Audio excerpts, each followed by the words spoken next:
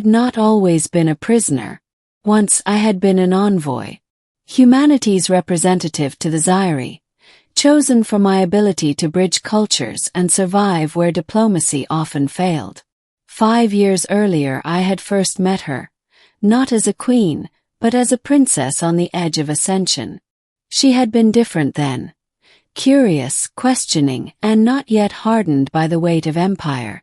Our conversations had spanned nights beneath alien constellations, where she asked questions about Earth, about humanity's fragile but vibrant existence. We were not friends, not exactly. But there had been a connection, a spark across the gulf of species. Until war broke everything. A single misunderstanding, a flare of violence on a disputed colony world, and the fragile peace shattered. Armies clashed, cities burned, and somewhere in the endless bloodshed I was captured. Now, dragged before her throne, I wondered if the woman I once knew was gone, replaced by the queen who had crushed human resistance in system after system. The middle, the voice that changed the hall. The silence after my words stretched taut, like a bowstring about to snap. Finally she spoke. "Remove his chains." The command rippled through the hall like a shockwave. The guards froze, uncertain if they had heard correctly. "Did you not hear me?" Her voice was smooth, low, but filled with steel. "Release him." Reluctantly, the guards obeyed. The shackles fell with a heavy clatter against the floor. My wrists throbbed with freedom. Murmurs rose among the gathered nobles. They did not understand. To them, I was a captured enemy, nothing more than a symbol of victory to be displayed, then discarded. But Arachthis descended the steps of her throne, her golden eyes never leaving mine. "You," she said softly, almost to herself. "The envoy. The voice of Earth." "I thought you had forgotten," I whispered back. "Forgotten?" A strange note crossed her face. Anger, sorrow, something deeper. "No. I remember everything." Her words lit a spark in the chamber. The courtiers shifted uneasily. Some scowled, others whispered, sensing something forbidden. One of her high generals, clad in obsidian armor, stepped forward. "My queen, this human is a war criminal. He should be executed, not honored with." Her gaze snapped to him like a blade. "Do not presume to command me." The general faltered, then bowed, retreating. I stared at her, confusion and suspicion warring inside me. "Why?" I asked. "Why release me now?"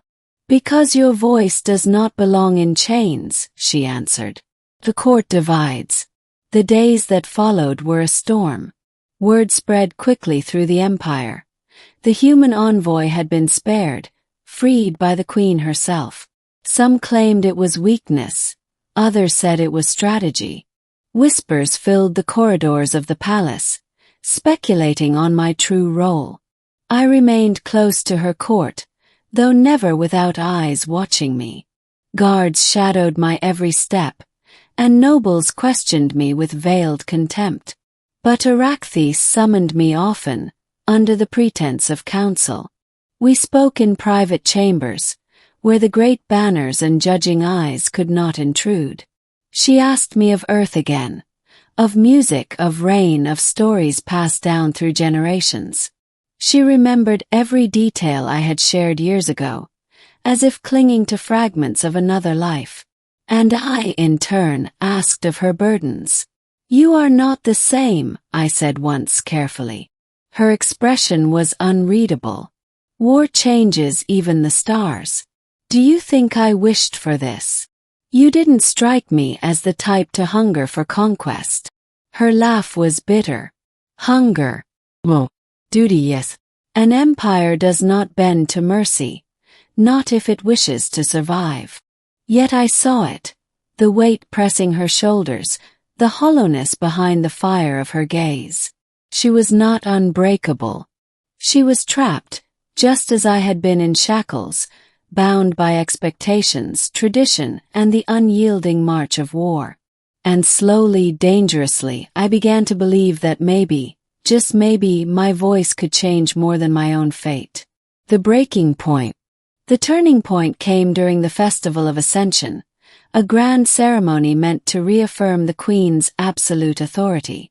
Nobles gathered from across the stars, warriors swore oaths of loyalty, and sacrifices were made to honor the Empire's gods.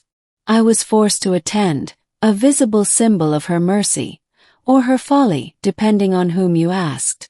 The general who had once challenged her stood again before the court, his voice booming. "My queen, mercy weakens us. This human envoy is a danger. His words are poison. The people whisper, some even doubt your will. End him now before the rot spreads." The hall roared in agreement. The crowd demanded blood. Arachthis remained seated on her throne, her expression unreadable. Then slowly she turned her gaze to me. "Speak," she commanded. The entire court fell silent. Every instinct screamed at me to remain quiet, to not feed the flames. But I remembered the chains, the silence of captivity, and I refused to be voiceless again. I stepped forward, my voice steady. "Your empire is strong," I began. "But strength without mercy breeds rebellion. You speak of poison. Then know this. Silence is the greatest poison of all. Fear may command obedience, but only respect commands loyalty." The hall erupted, shouts of outrage, disbelief, fury. A human dared to lecture the court of the Zyri. But then her voice cut through it all. "Enough!" She rose, tall and resplendent, her crown glowing brighter than ever. Her gaze swept across the nobles, her generals, her guards. "This human speaks truth." The chamber froze. "For too long we have ruled with the blade alone. But even empires must evolve, or they will collapse beneath their own weight. You call it weakness. I call it wisdom." Her words thundered through the hall.